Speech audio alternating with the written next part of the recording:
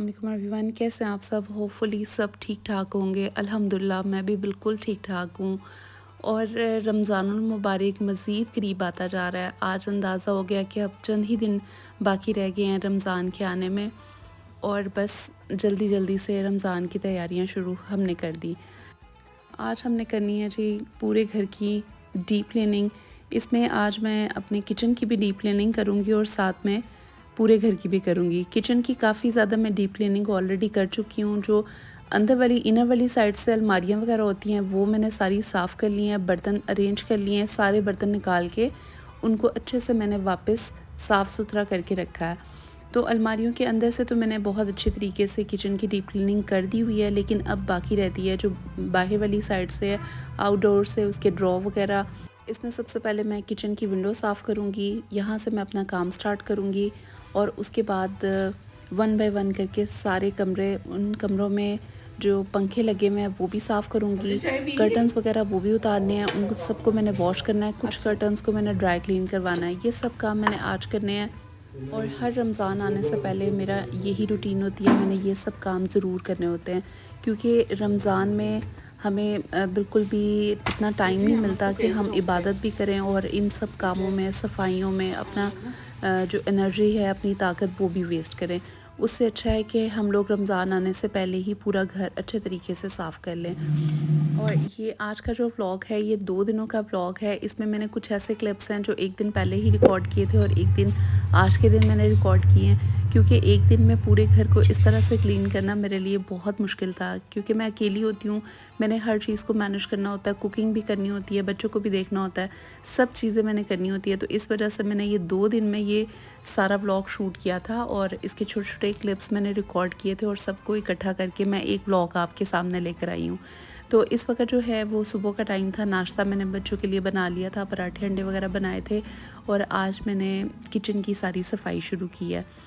Kitchen का सबसे पहले मैंने जो कैबिनेट्स हैं उनको साफ़ करना शुरू किया था। इसके लिए मैंने एक बाउल में थोड़ा सा सिरका डाला था और डिश वॉशर डाला था और उन दोनों चीज़ों को मैंने अच्छे से मिक्स करके थोड़ा सा उसमें 1 चम्मच मैंने बेकिंग पाउडर ऐड किया था। ये एक बहुत अच्छा सा मिक्सचर बन गया था और इस मिक्सचर को हमेशा मैं यूज़ करती हूँ क्लीनिंग में।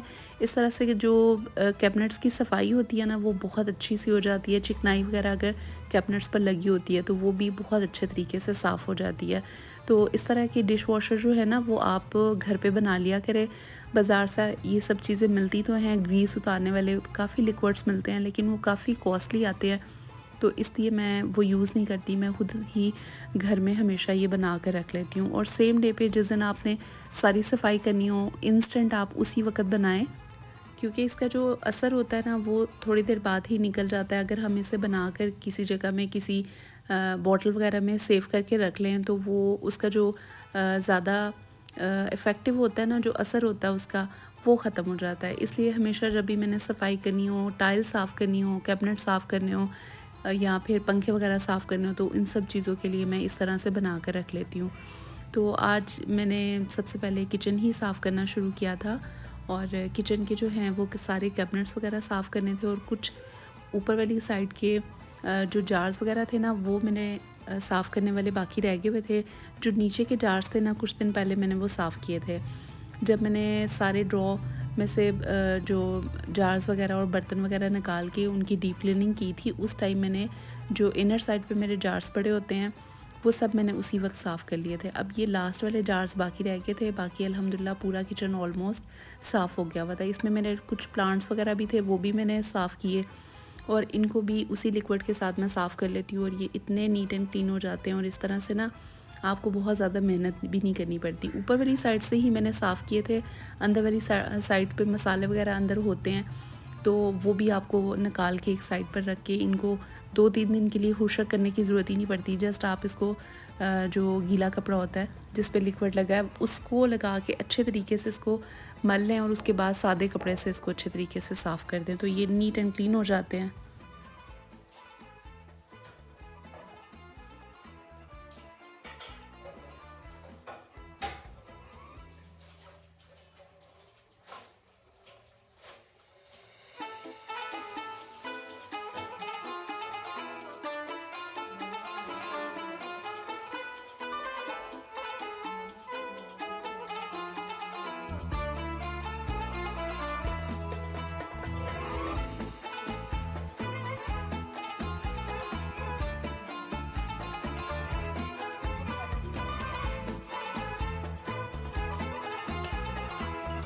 और आज की सफाइयों को मद्देनज़र रखते हुए मैंने ये डिसाइड किया था कि आज मैं किचन में बहुत ज़्यादा टाइम स्पेंड नहीं करूँगी, बहुत डिफ़िकल्ट खाना नहीं बनाऊँगी, बस हल्का-फुल्का सा खाना बनाऊँगी। कल का दिन और आज का दिन 2 दिन लगा के मैंने पूरा ही घर माशाल्लाह बहुत अच्छे तरीके से साफ़ सुथरा कर लिया था।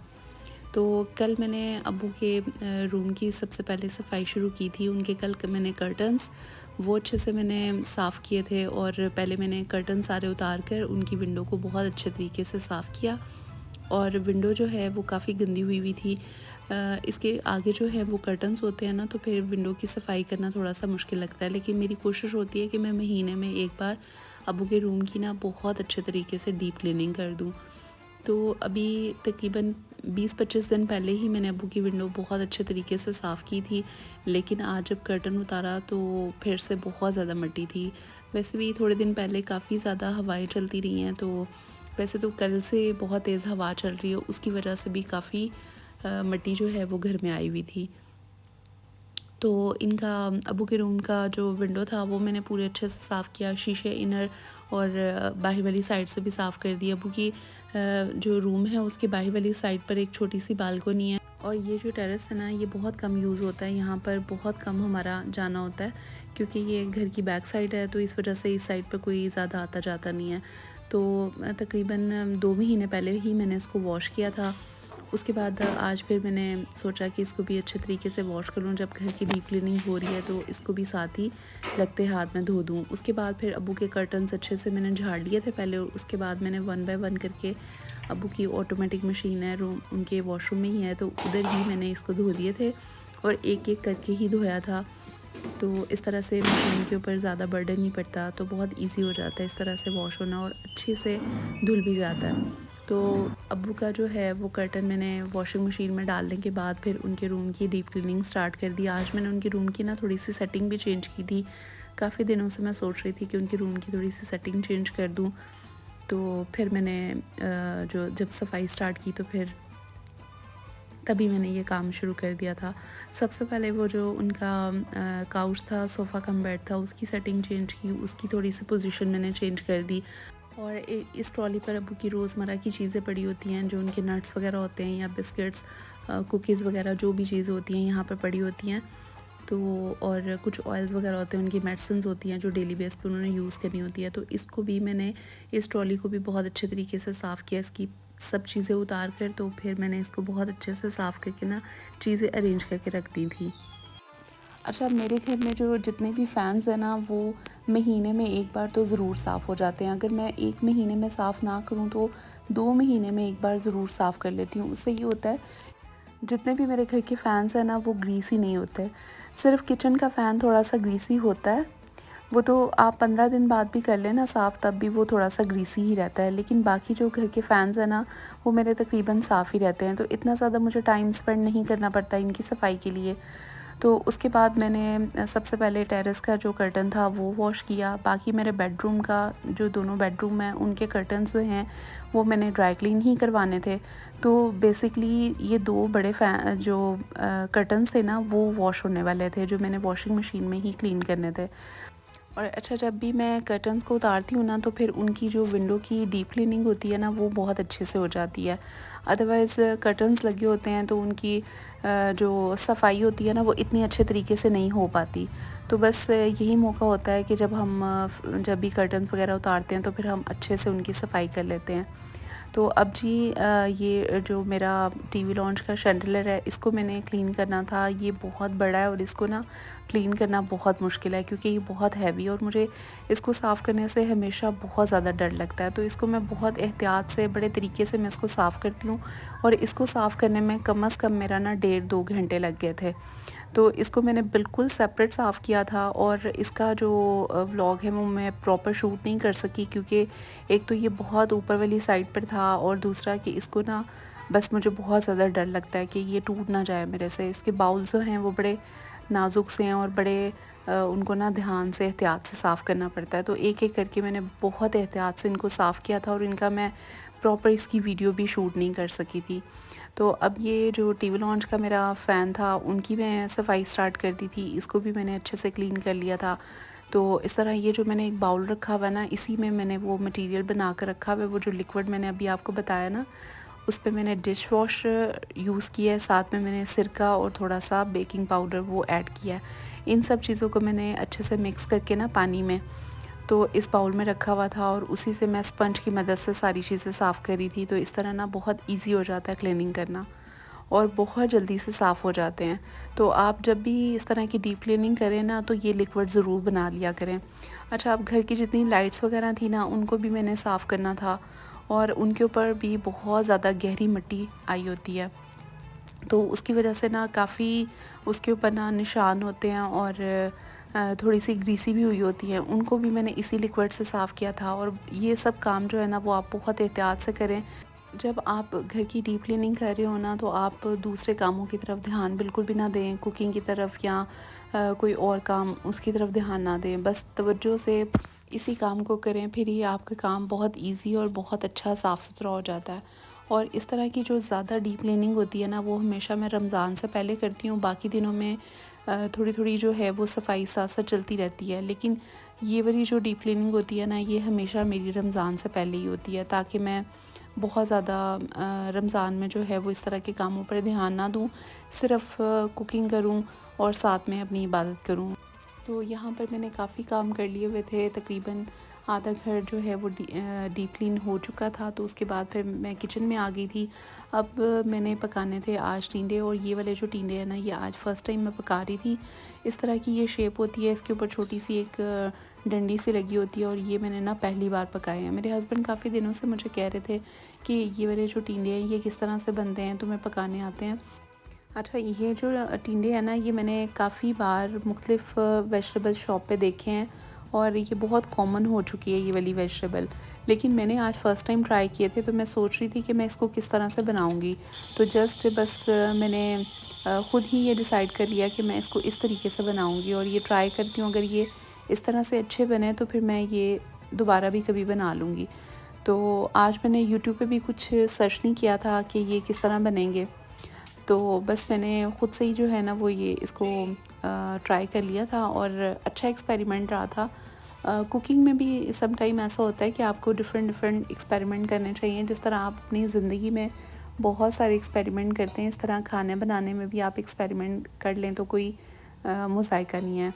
तो बस मैंने क्या किया कि लहसुन और अदरक और साथ में जो प्याज था ना, उन सब चीज़ों को मैंने चॉपर में चॉप कर लिया।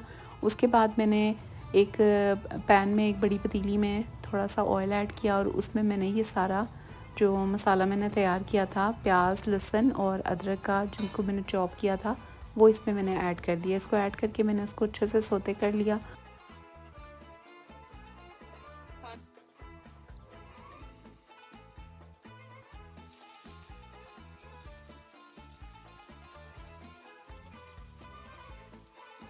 अब प्याज, लहसुन और अदरक बहुत अच्छा सा ब्राउन, लाइट सा ब्राउन कलर उसका आ गया था। तो उसमें मैंने शामिल कर दिया था एक टीस्पून ब्लैक पेपर, ये मैंने साबुत इस्तेमाल किया था। साथ में मैंने 1 टीस्पून इसमें ब्लैक ज़ीरा वो शामिल किया था। ये दोनों चीज़ें ऐड करके मैंने इसको अच्छे से मिक्स कर लिया था। इसकी बहुत प्यारी सी जब फ्रेगनेंस ही आने लग जाती है, बस 1-2 मिनट के लिए आपने इसे अच्छे से सौते करना होता है। उसके साथ ही मैंने इसमें एक बड़ा वाला टमाटर काट के, फ्रेश टमाटर मैंने यहाँ पे यूज़ किया था, वो मैंने काट के छोटा छोटा काटा और उसको भी मैंने इसमें शामिल कर दिया था। और यहाँ पे टमाटर ऐड करने के बाद मैं इसको बहुत अच्छे से सौते करती रही, मिक्स करती रही, अच्छे से चम्मच हिलाती रही थी ताकि टमाटर अच्छे से सॉफ़्ट हो जाए। लेकिन यहाँ पर मुझे पानी का इस्तेमाल करना पड़ा था ताकि मसाला जो है वो नीचे लग ना जाए, और टमाटर मुझे बहुत फ़ाइन यहाँ पर जो है वो चाहिए कि उसका जो ग्रेवी है ना वो बहुत अच्छे से तैयार हो जाए। प्याज, लहसुन, अदरक, टमाटर, हर चीज़ बिल्कुल बारीक सी हो जानी चाहिए, यानी कि साबुत कोई चीज़ मुझे नज़र ना आए, तब तक मैंने इसको पकाना है। तो इसके लिए मैंने क्या किया कि 1 गिलास मैंने इसमें पानी शामिल कर दिया। पानी ऐड करने के बाद मैंने इसमें 1 चम्मच लाल मिर्च पाउडर ऐड किया। यहाँ पर मैं 1 टेबलस्पून इस्तेमाल कर रही हूँ, और हाफ़ टेबल स्पून मैंने इसमें हल्दी पाउडर ऐड किया, और साथ में हाफ़ टेबल स्पून ही मैंने इसमें नमक ऐड किया था। अच्छा, यहाँ पे मैं नमक ऐड करना इसमें भूल गई थी। नमक मुझे बाद में याद आया, तो मैंने लास्ट में वो भी मैंने इसमें शामिल कर दिया था। और अब मैंने इसमें ऐड किया था half tea spoon black pepper यहाँ पे मैंने कूटा हुआ इस्तेमाल किया था। अब यहाँ पर आके मैंने इस मसाले की बहुत अच्छे से भुनाई कर ली थी। भुनाई करने के बाद मैंने इसे लिड लगा के पकने के लिए रख दिया हुआ था। जब तक मसाला गल नहीं जाएगा, टमाटर, लहसुन, प्याज, अदरक सब चीज़ें गल नहीं जाएंगी, तब तक हम इसे लिड लगा कर पकाएंगे। उतनी देर जो बाकी काम थे मेरे, वो मैंने कंप्लीट कर लिए। किचन में कुछ चीज़ें अरेंज करनी थी, वो कर ली। और मैंने आटा भी गूंद के रखना था, तो आटा भी मैंने गूंद के यहाँ पर रख लिया, क्योंकि खाने के साथ ही बच्चों को मैंने रोटी बना कर देनी थी। तो इस वजह से मुझे था कि मैं जल्दी जल्दी ये काम भी कंप्लीट कर लूँ। तो इस टाइम मुझे याद आया था कि मैंने मसाले में नमक ऐड नहीं किया, तो बस जस्ट मैंने 1 टेबल स्पून इसमें नमक ऐड कर दिया था। तो वो जब मैंने ऐड किया तो उसके बाद साथ ही मसाला जो है वो बिल्कुल रेडी हो गया था।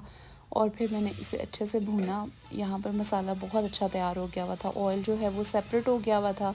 तो अब मैंने क्या किया कि जो मैंने टिंडे जो हैं वो काटे हुए थे, उसको मैंने अच्छे से वॉश करके रख दिया हुआ था, उसको मैंने इसमें ऐड कर दिया था। इस तरह से जो है वो जब मैंने इसमें ऐड किया तो उसमें मैंने कोई पानी वगैरह शामिल नहीं किया था, बस जस्ट मैंने सारे टिंडे शामिल करके और उसको लिड लगा के पकने के लिए रख दिया था।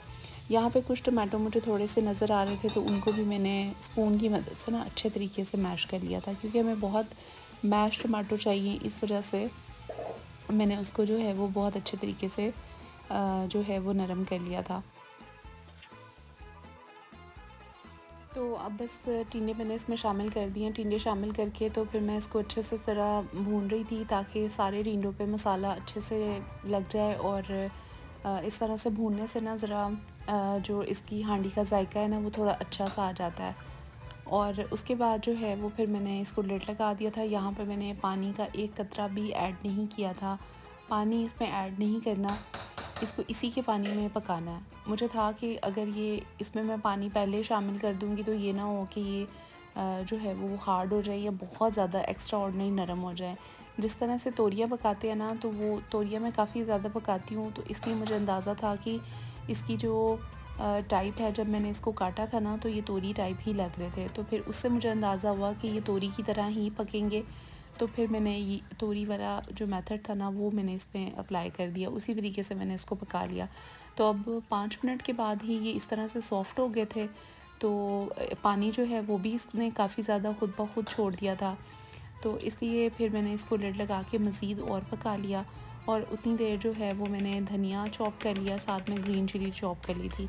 अदरक मैंने इसमें कुटा हुआ नहीं, जो कटा हुआ अदरक होता है ना, जूलियन कट जो मैं काटती हूँ, वो मैंने इसमें शामिल नहीं किया था, क्योंकि मैंने इसमें मसाले के अंदर पहले ही मैंने एक टुकड़ा अदरक का लहसुन प्याज के साथ ही चॉप किया था। तो इसमें लास्ट में जस्ट मैंने ग्रीन चिली और धनिया ही मैंने इसमें ऐड करना है।